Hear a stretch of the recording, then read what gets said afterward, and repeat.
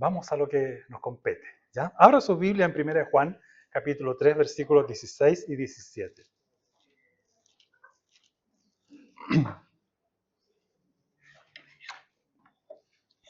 Yo creo que prediqué sobre parte de este pasaje hace ya algún tiempo atrás, pero como ocurre en mi iglesia, yo a veces he predicado 2 veces el mismo sermón en el mismo año y nadie se acordaba. Me han dicho, pastor, estuvo bueno el sermón. Y ya lo prediqué, dije yo. Pero nadie se acuerda, así que vamos a ver. 1 Juan 3, 16 al 17. Leamos, por favor, ahí esta porción de las Escrituras.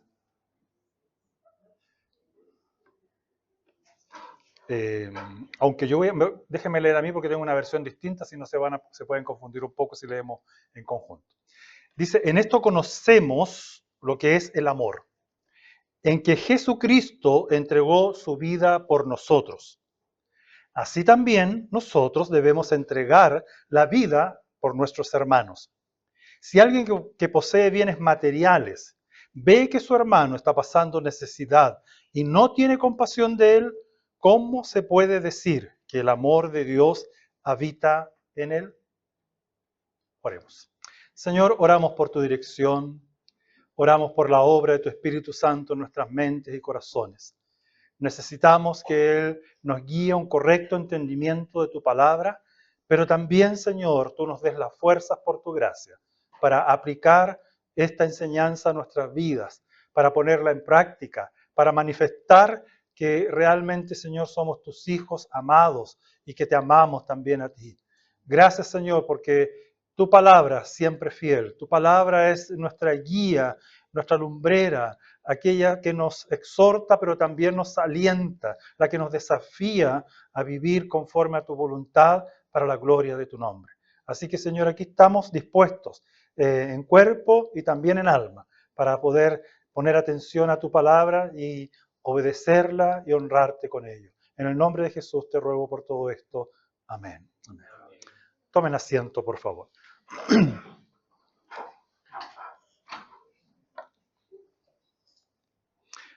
Un pasaje complementario en Santiago capítulo 2, versículos 15 al 16, en la versión Nueva Biblia de las Américas, dice así: si un hermano o una hermana no tiene ropa y carece del sustento diario, y uno de ustedes les dice, vayan en paz, caliéntense y sáciense, pero no les dan lo necesario para su cuerpo, ¿de qué sirve?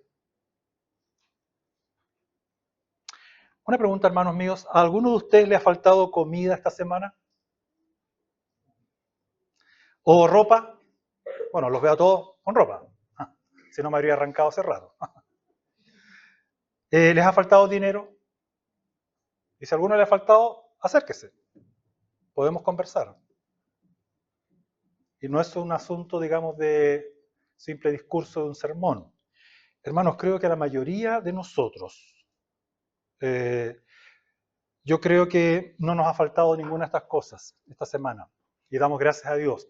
Algunos podríamos decir no nos ha faltado en todos los años que llevamos de vida. Aquí estamos, sanitos, ¿verdad? Cuerpos más, cuerpos menos, pero ahí está, ¿no es cierto? Gracias al Señor. Pero puede ser que de repente alguno haya vivido estrechez o esté viviendo alguna estrechez. Yo no lo sé. Y si lo hubiese sabido o tú lo hubieses sabido de tu hermano y no has hecho nada, ¿qué debería pasar? Debería estar preocupado, muy preocupado. Hermanos, es esto lo que quiero destacar este día. Quiero leer algo también. Río de Janeiro, 24 de julio del año 2024. Es una información relativamente reciente. Alrededor de 733 millones de personas pasaron hambre en el año 2023. ¿Cuántas personas? Más de 700 millones de personas pasaron hambre durante el año 2023, lo que equivale a 1 de cada 11 personas en el mundo, hermano mío. 1 de cada 11 personas en el mundo pasó hambre el año pasado. Y 1 de cada 5 pasó hambre en África, que es el lugar más complicado. Según el último informe, ¿no es cierto?, sobre el estado de la seguridad alimentaria y la nutrición en el mundo, elaborado por la SOFI, publicado en esta fecha que acabo de mencionar. El informe también destaca que el acceso a los alimentos adecuados sigue siendo un objetivo inalcanzable para miles de millones de personas. En el año 2023, otra vez, alrededor de 2.330 millones de personas en todo el mundo se enfrentaban a una inseguridad alimentaria moderada o grave.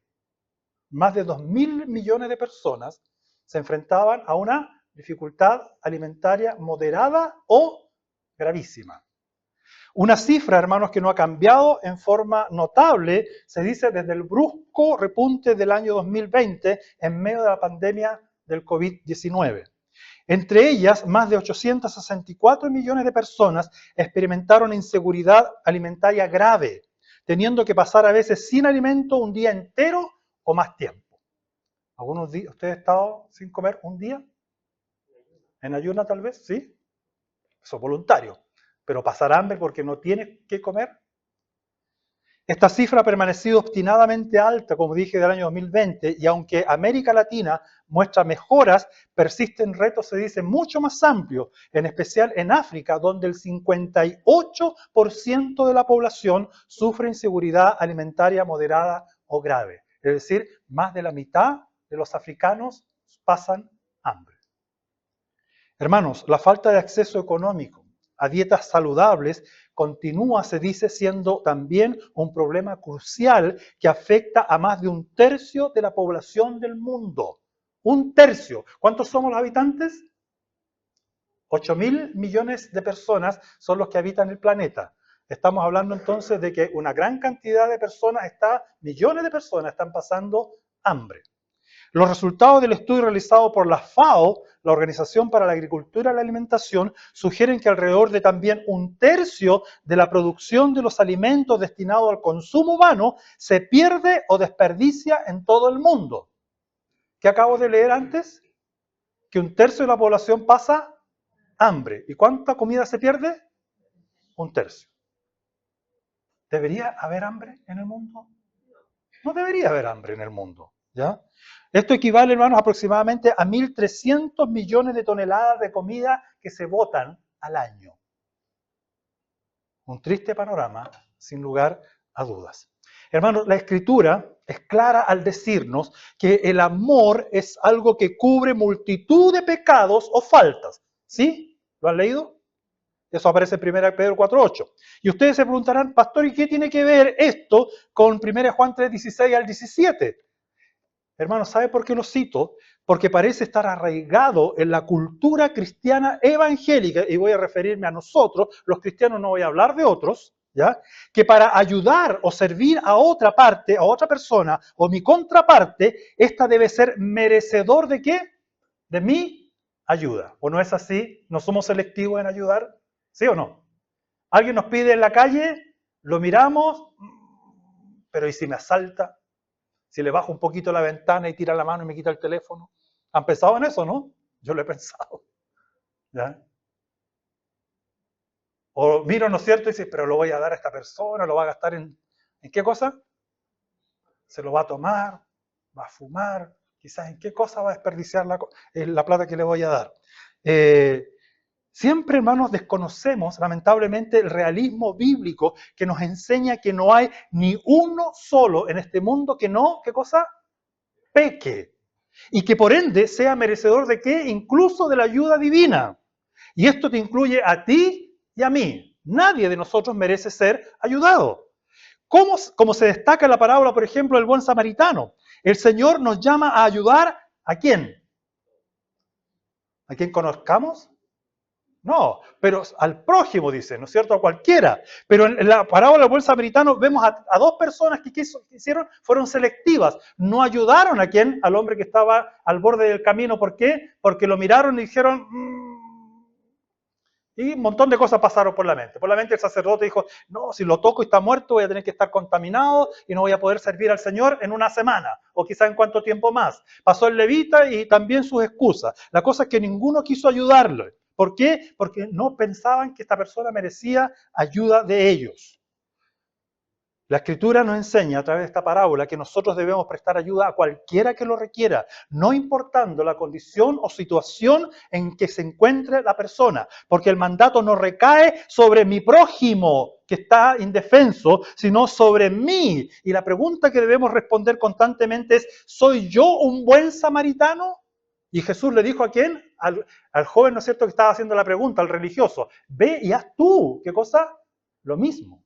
Es decir, el mandato siempre es para aquel que cree y dice amar a Dios, ¿con qué? Con todo el corazón, con toda el alma y con toda su mente. ¿Soy ese buen samaritano que vela y auxilia al necesitado?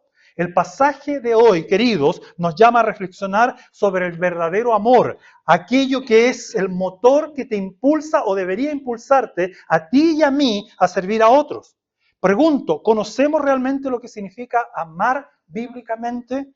Parte de eso estaban viéndolo en la mañana ustedes. Y en forma específica, este pasaje de Juan nos llama, ¿no es cierto?, la atención a expresar el amor en formas de manera concreta, a brindar ayuda incluso a quien, a un desconocido. Alguien con quien comparto, un desconocido o un conocido. A un conocido, muy bien, está prestando atención. Los niños ya tienen un premio asegurado. Muy bien. A un conocido, ¿no es cierto?, a un hermano en la fe, a alguien con quien comparto, ¿no es cierto?, mi común fe en el contexto de una iglesia local. Hermanos, quiero clarificar algo. No quiero que se preste para no habernos entendido lo que voy a decir. Antes de desarrollar este tema, no somos, quiero clarificar, no somos llamados como iglesia a institucionalizar, algún tipo de ayuda social de carácter, ¿no es cierto?, externa, sino a involucrarnos como creyentes individuales con un llamado específico a brindar ayuda en algún área de nuestra sociedad. Es decir, la iglesia no fue llamada para crear, ¿qué cosa? Hogares de menores. La iglesia no fue llamada para crear comedores diarios. Cuidado, la iglesia no fue creada para eso. Su propósito principal no es eso. Su propósito principal, ¿cuál es? Proclamar el evangelio. Pero eso no significa que la fe del cristiano esté muerta, es decir, sin obras, ¿para qué? Para ayudar al prójimo de manera personal. Aquí, hermanos, necesitamos creyentes verdaderos que se involucren en hogares de menores. No la iglesia, sino hermanos que se involucren en hogares de menores. Hoy día los hogares de menores en nuestro país están supervisados ¿por quiénes? La mayoría por incrédulos, impíos y personas que inclusive han hecho daño a los niños. Han abusado de ellos. Algo que antes era patrimonio ¿de qué? De creyentes que estaban involucrados en esto, hoy día lo hemos dejado en manos del Estado y de personas que ni siquiera creen. Debemos tener personas involucradas en colegios. El Señor me está dando el privilegio, ahora estoy trabajando, ya si no me ven en la librería es porque estoy en otra área. Estoy trabajando como capellán general de 3 colegios a nivel nacional. Atendemos a más de 1000 niños. Un tremendo privilegio. Y detrás de eso, ¿qué hay? Otros 2000 papás y mamás. Y también hay profesores. En realidad es un trabajo maravilloso. Hermanos, necesitamos creyentes involucrados ahí, profesores cristianos, personas que se dediquen al área, ¿no es cierto?, educacional. Necesitamos creyentes en los hospitales, enfermeras, doctores, paramédicos, que sean cristianos y que estén ayudando de corazón y no mecánicamente a la gente. Necesitamos en todas las áreas personas que aporten en las mejores, de la mejor manera en aquellas áreas que se requiere, dándose con amor desinteresado, en este caso, al prójimo. Teniendo esto como en mente, como introducción, hermanos, quiero desarrollar el tema en 3 puntos. Primero, versículo 16. Para poder entender, hermanos, cómo involucrarnos y cómo prodigarnos por el prójimo, debemos tener una comprensión clara de algo sumamente importante hoy día en nuestra sociedad. El versículo 16, ¿qué es lo que nos dice? En esto conocemos lo que es el amor. ¿Cómo se conoce el amor verdadero? En que Jesucristo entregó su vida por nosotros. Hermanos, si hay algo que nuestra sociedad no va a poder comprender en profundidad, es las cualidades y características del amor verdadero. Porque el amor verdadero está personificado ¿en quién? En la persona de Dios. Él es amor que en esencia. En Él manifestó su amor primero entre medio de la eternidad, ¿no es cierto? Amando al Hijo, el Espíritu Santo amando al Padre, etcétera, etcétera. Interactuando ellos en, ¿qué cosa? En amor. Por eso es que Dios puede ser llamado amor, porque convive y coexiste en amor en la Trinidad. Nosotros no somos de aquellos deístas, ¿no es cierto?, que creen en un Dios, ¿no es cierto?, ególatra. La gente piensa que Dios es ególatra porque se ama a sí mismo. No. La Biblia dice que Dios es amor, ¿por qué? Porque interactúa en amor primero en la Trinidad. Y por eso se pudo prodigar en amor. Y por eso la Biblia dice que Él entregó ¿a quién? A su Hijo, para que nosotros pudiésemos, ¿qué cosa? Comprender lo que significa el amor verdadero. Esto es importante tenerlo en claro, parte de un aspecto doctrinal.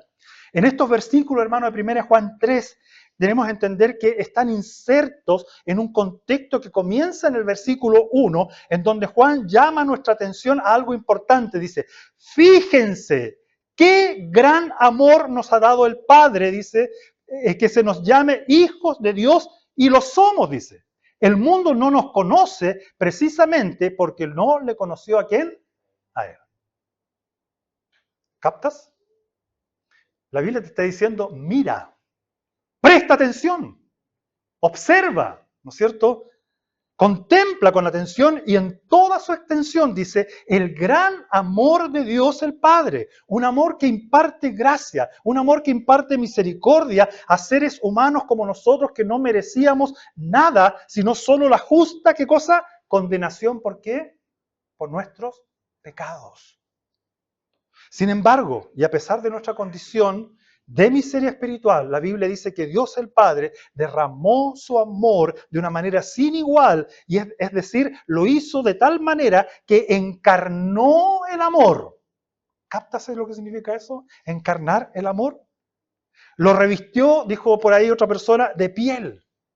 Revistió de piel en la persona de Jesucristo el amor, quien se pone en nuestro lugar y por medio de un sacrificio tan excelso en la cruz, realiza, se dice, según la Escritura, la muestra de amor más grande que el mundo haya podido observar o percibir. Y con esa entrega nos ha librado de la condenación eterna, restableciendo tu relación con Dios el Padre a una comunión perfecta con Él, para contemplar en todo su esplendor, en toda su anchura, altura y profundidad, lo que significa amar.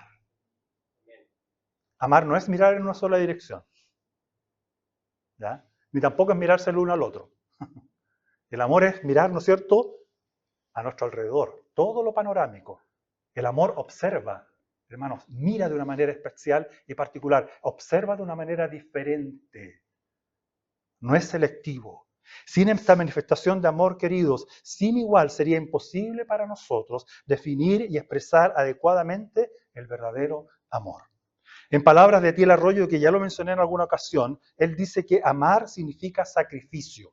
Jesús al morir en la cruz, dice, por amor a la iglesia, nos enseña que amar es buscar el bienestar máximo de otra persona, por encima del bienestar personal de nuestras vidas. Y en palabras de Dietrich Bonhoeffer, este pastor, ¿no es cierto?, de origen alemán, este amor demostrado por Cristo hacia su iglesia debiera hacernos entender a los cristianos que la componen, dijo él, que la iglesia solo es iglesia cuando se prodiga o vive por los demás.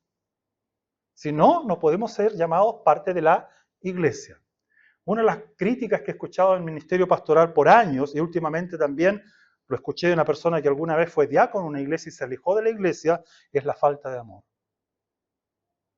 Haya sido culpable o no él, en algún aspecto a veces la gente tiene razón. Nos observa y nos mira y a veces nos ve indolentes, nos ve fríos, nos ve calculadores, no nos ve prodigándonos por los demás. Hermanos, el sacrificio es cuando a expensas del bienestar yo pierdo para beneficio de otros. Un concepto que hoy día es difícil de asimilar y practicar, porque implica entregarse incluso hasta la muerte si fuese necesario. Nadie tiene mayor amor que este, leyeron ustedes, que uno dé su vida por sus amigos. Y Cristo, hermanos, en este sentido es el ejemplo perfecto, sublime, el cual ningún otro humano ha podido igualar. Entonces, Este amor sin igual debiera ser, hermanos, el distintivo por excelencia de todo aquel que profesa ser un hijo de Dios, un cristiano. Y si has experimentado este amor, si Cristo es tu Salvador, aquel que se revistió de piel, ¿no es cierto?, y de amor, entonces deberías crecer y practicar este amor también tú. ¿Imitando a quién? A Cristo.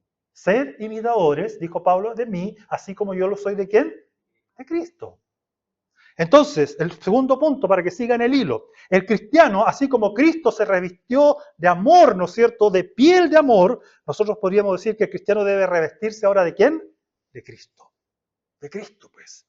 Una comprensión bíblica del amor, entonces, es lo único que puede llevarnos a expresar este amor de una manera que glorifica a Dios en primer lugar, pero también beneficia ¿a quién?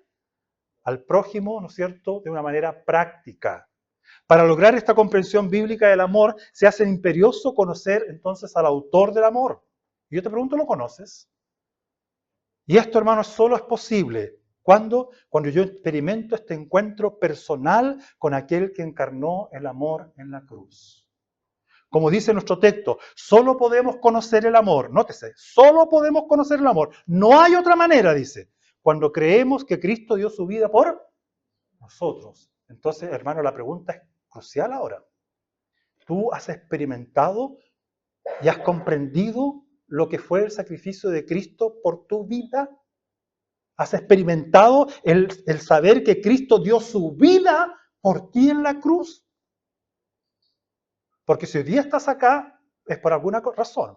O ya le conoces, o a lo mejor el Señor te está llamando y está preguntando, ¿me conoces realmente?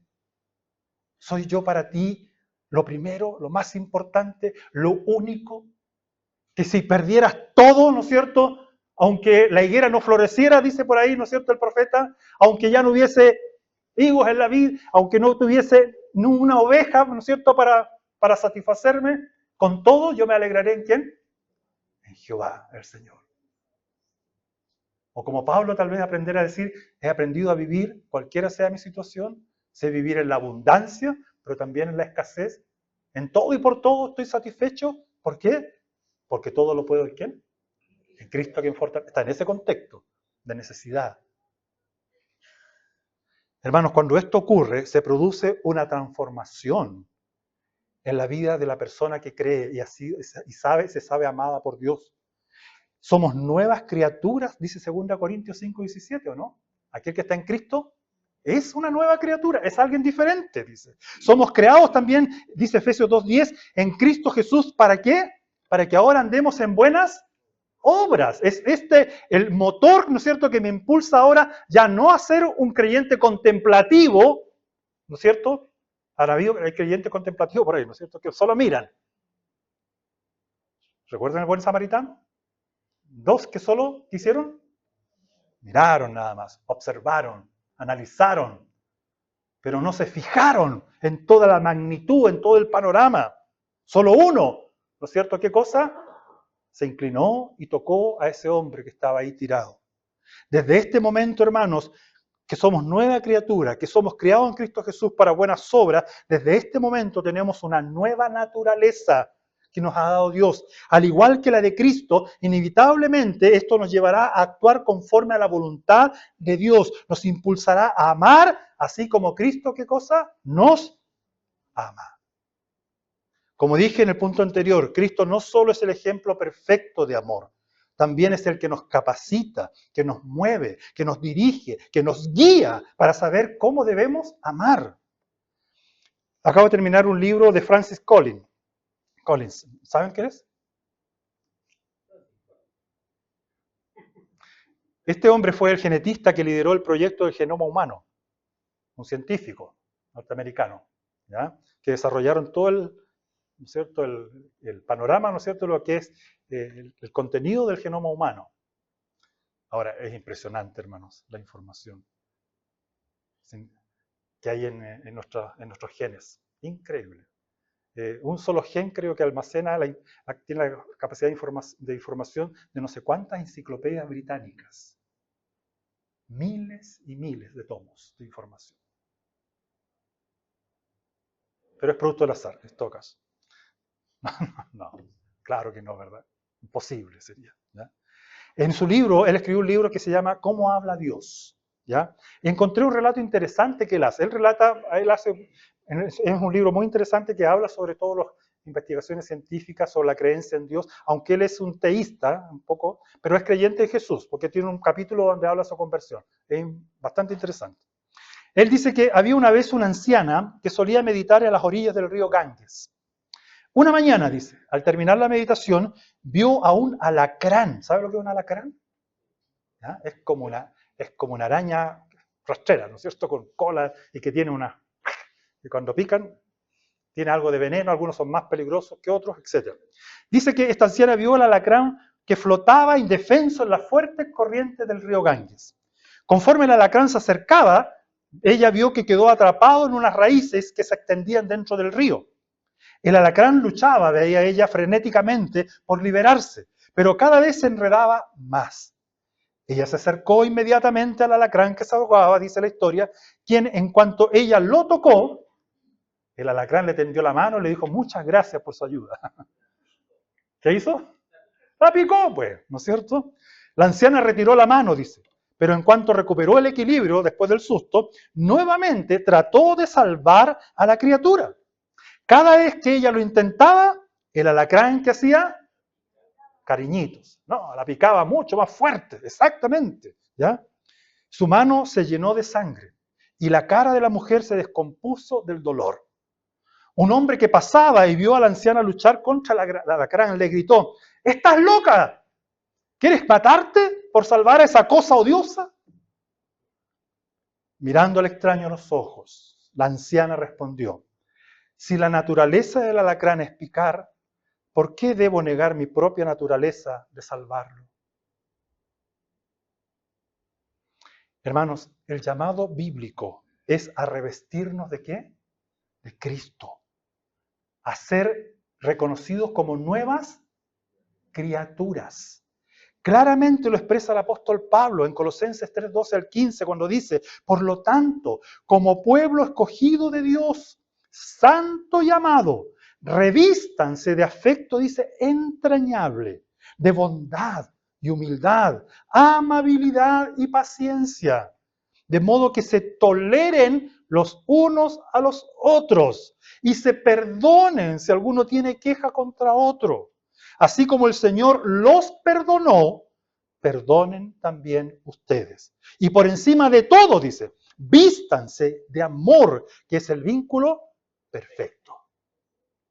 Hermanos, esta es ahora nuestra naturaleza. Y como tal es que debemos conducirnos o actuar. Por eso nuestro pasaje nos dice que así como Cristo se entregó o sacrificó por nosotros, nosotros también debemos sacrificarnos por otros, aunque sean hermanos odiosos. ¿Sí o no? Aunque sean criaturas odiosas. Yo sé, hermanos míos, sé que a veces cuesta tolerar y amar a algunos hermanos. Lo sé. Pero la Biblia, ¿qué nos dice? ¿Te excusa? ¿Te dice, déjalo así nomás? No, busca, ¿qué cosa? Busca maneras de amarlo, perdonarlo, tolerarlo, seguir avanzando. Porque en la medida que uno vive y practica esto, hermano, se va haciendo mucho más fácil, ¿qué cosa? Convivir también, pues. A veces nosotros pensamos que la retirada es la solución. Y la retirada no es la solución, querido. No lo es. Te lo digo por experiencia. Hermanos, este tipo de amor no debe ser confundido con gustos personales. Escucha bien, gustos personales. Muchas veces hemos actuado en favor de otros, lo dije al principio, porque nos agrada, porque nos gusta, pero no porque lo amamos realmente. Cuando amamos como Cristo, me prodigaré por mi hermano, aunque tenga gustos extraños, ideas políticas extrañas, aunque cante mal. A ver si escuchamos a algunos por aquí, ¿no es cierto? Desafinados, y nosotros hacemos, bueno, seguimos. ¿Ya? Aunque no sea agraciado físicamente, a lo mejor. ¿Ya? Algunos somos más bonitos que otros. Aunque sea el Colo-Colo. Perdón, eso no estaba. ¿Ya? Hermano, cuidado con tener motivaciones egoístas a la hora de querer ayudar a otro y no un verdadero amor por nuestro hermano. Lo de Colo-Colo, en realidad, lo dije en broma, pero una vez me tocó, tengo una prima, cuando éramos jóvenes. Ella era, pero de la barra del Colo-Colo, fanática, pero fanática. Somos parientes, ¿eh? Y yo no decía de qué equipo soy para no fomentar ningún tipo de discordia. La cosa es que era de otro equipo. Cuando supo de qué equipo era ella, yo, adivinen qué hizo. Y era mi prima. Hermano, nunca había escuchado una sarta de garabatos tan fuerte en mi vida, viniendo de una pariente, por un equipo de fútbol. Yo dije, ya, me retiré lentamente. Dije, ¿por qué sacaba? Yo estaba desquiciada, la pobre, gritando, no sé, cosas. Dije, yo no podía entender, digamos, la odiosidad de una persona. Pero sabe, hermano, qué terrible es cuando cosas como estas se dan, ¿dónde? En la iglesia. También lo he visto. Tal vez no digas garabatos, pero a lo mejor por dentro ha hervido tu sangre y has dicho una sarta de cosas contra tu hermano. Cuidado, querido amigo. Cuidado, hermano, con tener motivaciones egoístas a la hora de manifestar lo que significa amar. En tercer lugar y por último, hermanos, si el amor se vistió de piel en Cristo y nosotros debemos revestirnos ¿de quién? De Cristo, entonces el amor también debemos expresarlo para con otros y vestir de amor a otros también. El pasaje 1 Juan 3 culmina diciéndonos en el versículo 17 qué cosa. Y ahí viene la práctica del amor. Si alguien que posee bienes, dice, materiales, ve que su hermano está pasando necesidad y no tiene compasión de él, ¿cómo se puede decir que el amor de Dios habita en él? Hermanos, ¿ustedes saben cuántos son los inmigrantes en Chile? Muchos de ustedes lo son, yo lo sé.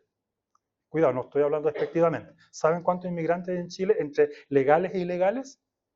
Hoy día las últimas estadísticas dicen que asciende a 2 millones. 2 millones. Algunos se han logrado asentar bien en nuestro país. Gracias a Dios por eso. Han sido un buen aporte para el país. Gracias a Dios por eso. Otros están pasando hambre, viviendo en la calle. Otros sabemos que han venido con otras intenciones también. Pero ya eso es otro tema. Hermanos, es interesante observar que la palabra griega para bienes materiales es la palabra bios. ¿Han escuchado esto? De donde viene biología, ¿ya? Biosíntesis y todas esas palabras que vienen de ahí. Significa literalmente medios de vida. Y no solo hace referencia ¿a qué? Al dinero. Siempre uno piensa en dinero. Sino a todo medio con el cual tú puedes ayudar a quién? A otra persona. Es decir, podemos leer el pasaje así. Si alguien ¿qué cosa dice ahí? Tiene medios de vida, ¿no es cierto?, con los cuales subsiste. ¿Cuáles son algunos medios de vida? Trabajo, ¿ah? Alimentos, ropa, techo, ¿qué más? Abrigo, qué sé yo. Hermano, si alguno ve, dice la Escritura, que alguno de estos hermanos tiene alguna de estas necesidades y no tiene compasión de él, dice. Es decir, en pocas palabras, no camina al lado de él, porque eso significa la palabra pasión. Una persona que camina al lado del que sufre, la palabra pasión significa dolor, y aquel que acompaña al que sufre, eso significa literalmente. ¿Cómo se puede decir que el amor de Dios habita en él? Hermano, Dios nos ha dado bienes para administrarlos en favor de otros, ¿sí o no? Porque eso fue.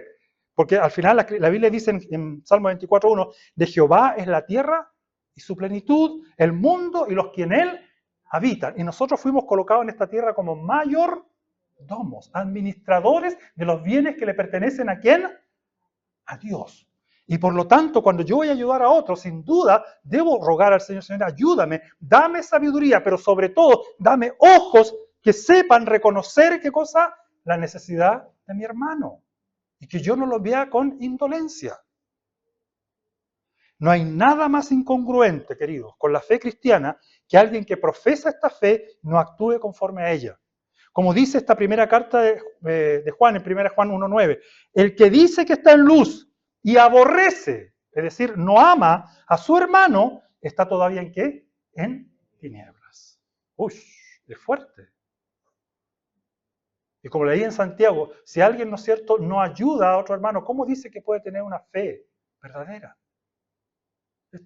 ¿Se dan cuenta la relación estrecha y profunda que hay en esto? Hermano, el amor se prodiga en beneficio de los demás. Si yo no estoy haciendo algo por algún hermano o alguna persona en necesidad, tengo que cuestionar seriamente ¿qué cosa? La calidad de mi fe. O realmente mi reconocimiento y experimentación de lo que significa haber sido amado por Dios en la cruz del Calvario. Existen ejemplos innumerables de cristianos a través de la historia que expresaron y encarnaron el amor de una manera tan concreta y tangible que no se quedaron en la mera teoría del amor. Por ejemplo, George Mueller, conocido por muchos de ustedes, ¿o no? ¿Lo conocen? No tienen idea. No, ya les voy a mostrar quién era. ¿Ya? Durante su vida, este hombre fundó y dirigió una organización que brindó refugio a más de 10.000 huérfanos. 10.000 huérfanos. También lideró el establecimiento de 117 escuelas que ofrecían educación cristiana a más de 120.000 niños. Yo trabajo solamente con 1.000 niños. Al lado de George Mueller, chiquitito. Pasaba, dice la historia, horas en oración y lectura de la palabra de Dios diariamente. Para cuando llegó a ser adulto, formó el hábito de leer toda la Biblia 4 veces al año. George Mueller nació en una ciudad llamada Kroppenstedt, Alemania, ubicada en lo que hoy conocemos como Alemania, el 27 de septiembre de 1805. Nunca pidió ayuda financiera. Solo oraba para que Dios proveyera y Dios le respondía milagrosa y fielmente.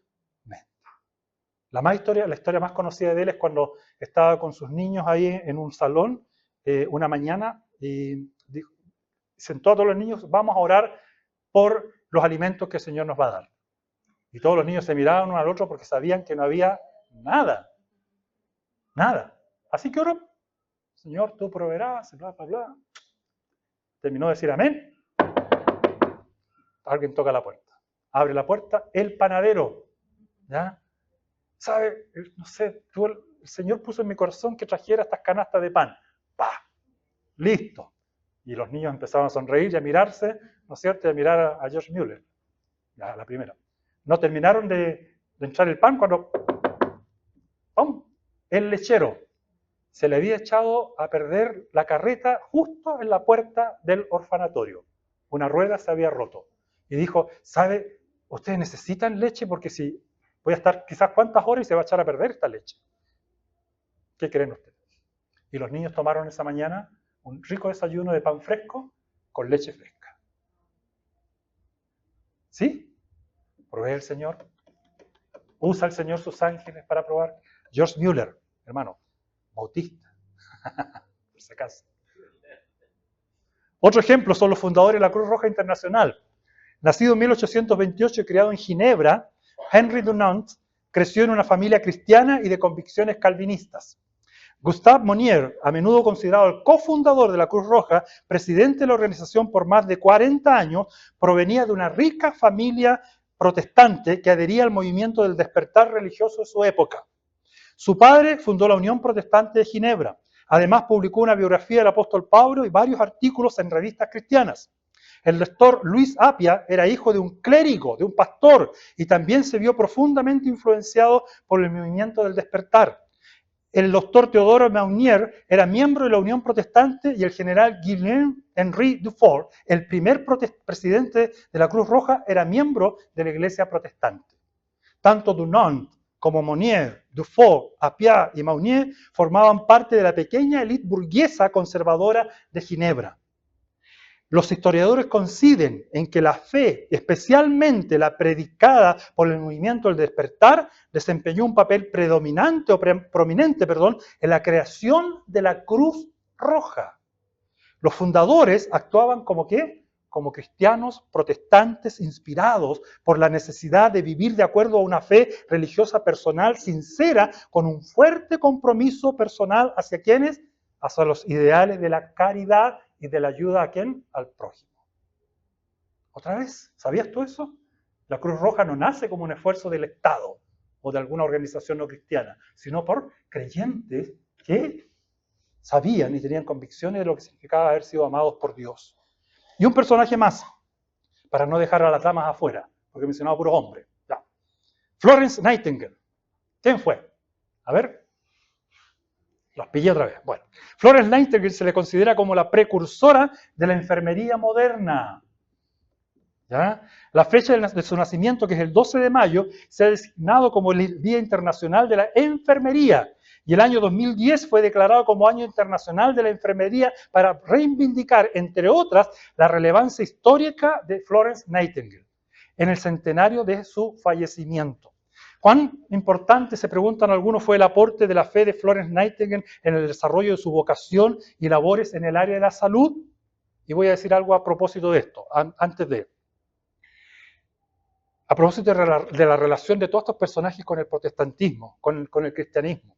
El desarrollo, por ejemplo, hermanos, de la medicina y la ciencia de la salud en tiempos recientes ha sido estudiada y documentada. En ese mismo sentido, el historiador Jesús Manuel Suárez, coordinador del libro Reforma Protestante y Medicina, afirma lo siguiente: si llegamos a la época en la que se comienza a conceder los premios Nobel, puede verse que un porcentaje enorme de los galardones concedidos en el ámbito de la medicina han sido para, ¿quiénes? Creyentes protestantes.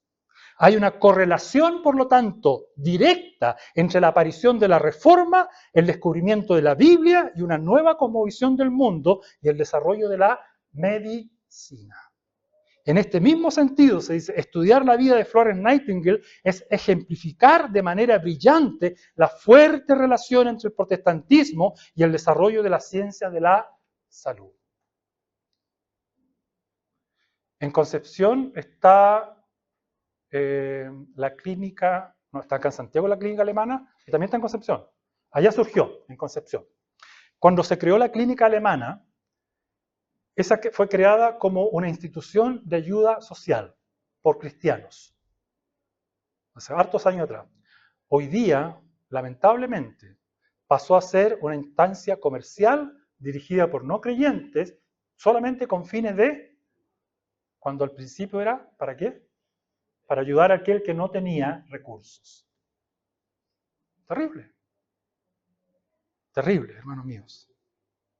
Hermanos, existen muchos ejemplos más que podría citarles, pero sin duda que la expresión máxima, y aquí quiero destacar esto, queridos, la preocupación o expresión máxima de preocupación por el prójimo es la vida de ¿quién? De nuestro Señor Jesucristo.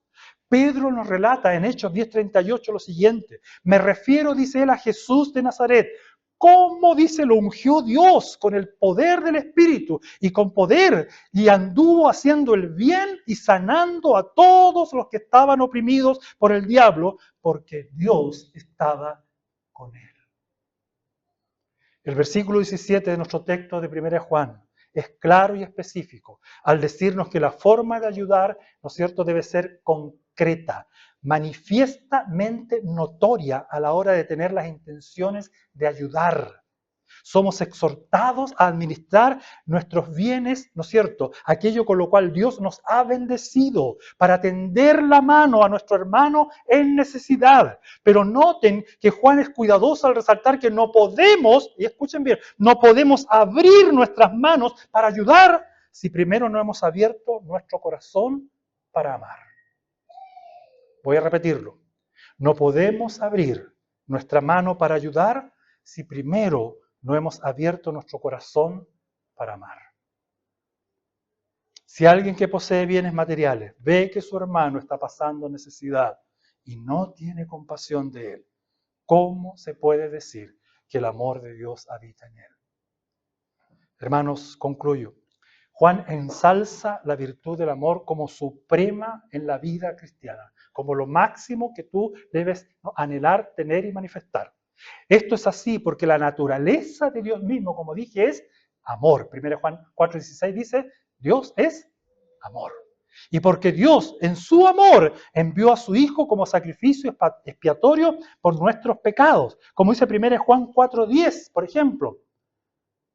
En esto consiste el amor, no en que nosotros hayamos amado a Dios, sino en que Él nos amó y envió, concretó el amor, ¿no es cierto?, a través de su Hijo, para que fuera ofrecido como sacrificio por el perdón de nuestros pecados. Al entregar su vida por los demás, queridos, Jesús no solo proporcionó la expiación del pecado, no solo quitó la culpa de tu pecado que te condenaba, sino que también nos mostró cómo debemos amar a quienes, a los demás. Es interesante lo que dice 1 Juan 3:16 asociado con Juan 3:16. Juan 3:16 dice, porque de tal manera amó Dios al mundo que ha dado su Hijo unigénito para que todo aquel que en él cree no se pierda, mas tenga vida eterna. Y 1 Juan 3:16 que dice, en esto conocemos lo que es el amor, en que Jesucristo entregó su vida por nosotros. Interesante la causalidad que hubo aquí, ¿ya? Porque sabemos que los pasajes de la Escritura, los versículos y capítulos no estaban en la Biblia original, solamente eran párrafos, ¿verdad? Pero por alguna razón se quedaron asociados al colocarles versículos. Hermanos, por lo tanto, los que quieran caminar como lo hizo Jesús, deben vivir una vida supremamente caracterizada por el amor. Un amor que vela, eso significa que está siempre atento a las necesidades de ¿quién? Del hermano. Y hermanos míos, yo sé que muchas veces nosotros preguntamos, ¿verdad? ¿Cómo está usted? Me preguntan, ¿cómo está, pastor? ¿Y qué es la respuesta típica que uno da siempre? Bien, bien. Pero hay bien y bien, ¿no es cierto? Uno puede decir, no, estoy muy bien, o estoy, sí, bien. Y eso ya te dice, ¿qué cosa? Ah, algo pasa. Hay que arrancar para no ayudar. No. A veces, hermano, a veces uno da señales, ¿verdad? Y si no, es bueno hacer preguntas incisivas, pero con amor. ¿Cómo estás, querido hermano? ¿Te falta algo? ¿Tienes alguna necesidad? Hace años yo estaba en una iglesia, en un tiempo difícil de mi vida, sentado con mi esposa, habíamos ido con lo último que nos quedaba de dinero para el culto. Y un hermano, es un profesor en la universidad, él ha escrito varios libros. Por alguna razón se acercó y me dijo, y nos tocó a los dos, ¿cómo están? ¿Cómo estás, Omar? ¿Cómo estás, Susana? Sí, le dijimos nosotros, aquí estamos, gracias al Señor, saliendo adelante. ¿Seguro? Me dijo. ¿Tienen alguna cosa, alguna necesidad? Me dijo. Ah, no, le dije, tranquilo, vamos a salir adelante. Entonces sí necesitan algo. Ya. Pasó, llegamos a la casa, de repente llega un correo, pum, al celular. Él nos había hecho un depósito. Y una cantidad no menor de dinero. Con amor para ustedes. Hermanos míos, debemos estar atentos. Atentos. Hay gente que a veces sufre a nuestro alrededor. Y no me refiero otra vez solo al dinero. Puede ser que tu hermano necesite otra cosa también. Sí. A lo mejor necesita llorar. Sí, ¿verdad? A veces necesita alguien contarte una situación y no sabe cómo solucionarla. Bueno, es bueno prestar oreja también, como dijo alguien por ahí. Jesús no solo se entregó en la cruz por nosotros, sino que toda su vida fue de entrega. Alimentó a miles con pocos panes y peces. Cocinó para sus discípulos, ¿se acuerdan esa mañana después de la pesca milagrosa? Les tenía ahí pescadito. Y le tenía inclusive uno especial a Pedro, que lo había negado 3 veces. Yo le habría entregado las puras espinas, ¿no? ¿Sí o no? Porque así somos nosotros, ¿verdad? Habría comido el pescado y ahí está, toma, lo que sobró. Pero no, el Señor le preparó pescadito asado, embetunado con miel. Toma, Pedro. Toma, Pedro. Hermanos, quiero leerles una parte de la Escritura como advertencia final. Cuando el Hijo del Hombre venga en su gloria con todos sus ángeles, se sentará en su trono glorioso. Todas las naciones se reunirán delante de él, y él separará a unos de otros como separa el pastor las ovejas de las cabras. Y pondrá las ovejas a su derecha y las cabras a su izquierda. Entonces dirá el rey a los que están a la derecha, vengan ustedes, vengan ustedes, a quienes mi Padre ha bendecido, reciban su herencia, el reino preparado para ustedes desde la creación del mundo. Porque tuve hambre y ustedes me dieron de comer. Tuve sed y me dieron de beber. Fui forastero y me dieron alojamiento. Necesité ropa y me vistieron. Estuve enfermo y me atendieron. Estuve en la cárcel y me visitaron. Y le contestarán los justos: Señor, ¿cuándo te vimos hambriento y te alimentamos? ¿O sediento o te dimos de beber? ¿Cuándo te vimos como forastero y te dimos alojamiento? ¿O necesitado de ropa y te vestimos? ¿Cuándo te vimos enfermo o en la cárcel y te visitamos? El rey le responderá: les aseguro que todo lo que hicieron por uno de mis, ¿qué cosa? Hermanos, aún por el más pequeño, ¿lo hicieron por quién? Por mí. Luego les dirá a los de la izquierda: apártense de mí, malditos, al fuego eterno preparado para el diablo y sus ángeles, porque tuve hambre y ustedes no me dieron nada de comer. Tuve sed y no me dieron de beber. Fui forastero y no me dieron alojamiento. Necesité ropa y no me vistieron. Estuve enfermo y en la cárcel y no me atendieron. Ellos también contestarán: Señor, ¿cuándo te vimos hambriento, sediento, o como forastero o necesitado de ropa, enfermo o en la cárcel y no te ayudamos? Él le responderá: les aseguro que todo lo que no hicieron por el más pequeño de mis hermanos, tampoco lo hicieron por mí. Aquellos irán al castigo eterno y los justos a la vida eterna. Este pasaje me da escalofríos. Debería darnos escalofríos. Porque si mi amor no es manifiesto, querido hermano, no es concreto en ayudar y en mirar. Aquí dice: ¿cuándo te vimos? Otra vez. Y el Señor dice: fíjense cuál amor nos ha dado el Padre. Miren si hay algún hermano en necesidad. Observen, tengan una visión panorámica y profunda de las necesidades que está a tu alrededor. Y yo te pregunto para finalizar, ¿dirían los que te conocen, especialmente los que te conocen mejor, que eres un hombre o una mujer de amor manifiesto?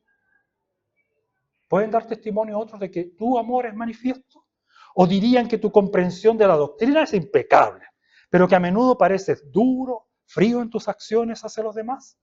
Si es así como esto último, pide a Dios que te ayude y tenga misericordia de ti, te ayude a cultivar un amor verdadero y sincero, que provenga de la comprensión de que tú mismo eres una persona muy amada por Dios, una persona por la cual Cristo entregó su vida en la cruz y que también lo es tu hermano en necesidad.